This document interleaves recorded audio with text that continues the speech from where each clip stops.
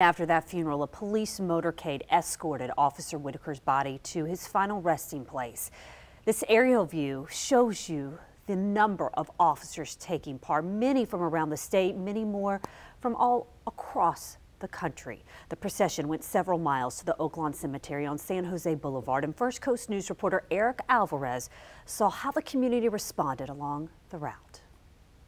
I'm here on Emerson Street, where the procession for Officer Lance Whitaker passed on the way to Oaklawn Cemetery.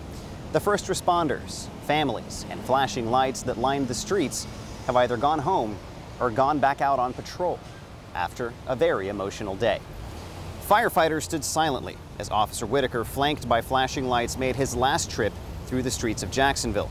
The procession also drew officers from all over the First Coast, Marines in uniform, former JSO employees like Lori Higgs, and neighbors like John Sparkman, here to honor Whitaker's life and service, but also show his support for the family he leaves behind.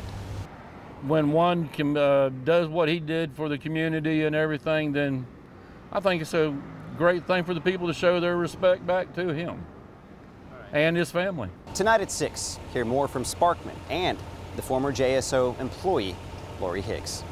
Alvarez, First Coast News, on your side.